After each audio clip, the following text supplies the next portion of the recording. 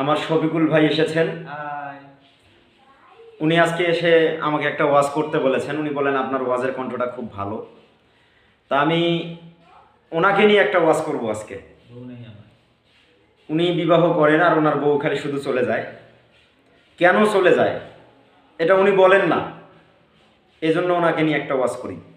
আপনারা সবাই চ্যানেলটিকে সাবস্ক্রাইব করবেন,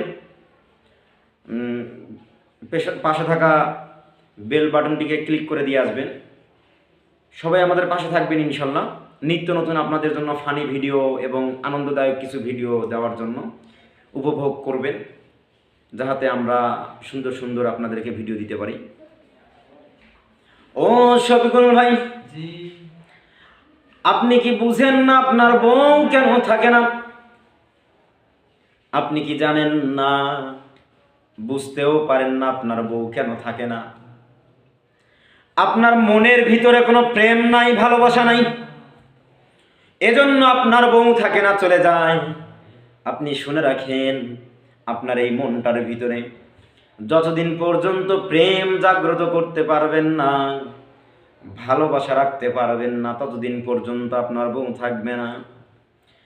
আরও শুনে রাখেন, আপনি যতবার বিবাহ করবেন আপনার প্রতিটা বউয়ে চলে যাবে।